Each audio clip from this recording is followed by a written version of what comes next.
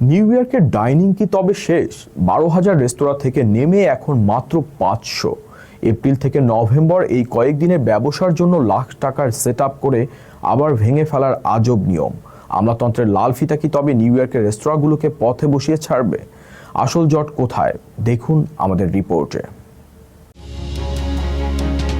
New York সিটির রাস্তায় আবারও ফিরছে কিউরেটেড ডাইনিং বা খোলা আকাশের নিচে বসে খাওয়ার আমেজ। 2026 সালের ডাইনিং আউট NYC প্রোগ্রামের আওতায় ইতোমধ্যে প্রায় 500টি রোড সাইড ক্যাফে চলাচলের অনুমতি পেয়েছে। তবে করোনাকালের সেই জমজমট 12,000 রেস্তোরাঁর তুলনায় এবারের সংখ্যাটি খুবই সামান্য। এর প্রধান কারণ অতিরিক্ত নিয়মকানুন, কাগজের জটিলতা এবং মোটা অঙ্কের ফি।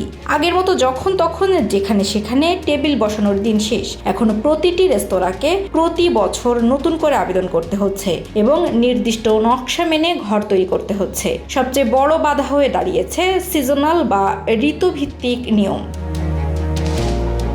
সিটি কাউন্সিলের নিয়ম অনুযায়ী রাস্তার ধারের এই ক্যাফেগুলো কেবল এপ্রিল থেকে নভেম্বর পর্যন্ত চালানো যাবে। শীত আসতেই সব ভেঙে সরিয়ে ফেলতে হবে। এই স্বল্প সময়ের জন্য বিপুল বিনিয়োগ করতে গিয়ে অনেক ছোট ব্যবসায়ী আগ্রহ হারিয়ে ফেলছেন। একটি ক্যাফে অনুমোদনের জন্য পরিবহন বিভাগ থেকে শুরু করে স্থানীয় কমিউনিটি বোর্ড এবং সিটি কন্ট্রোলারের অফিস আবার সবুজ সংকেত পেতে মাসের পর মাস অপেক্ষা করতে হচ্ছে।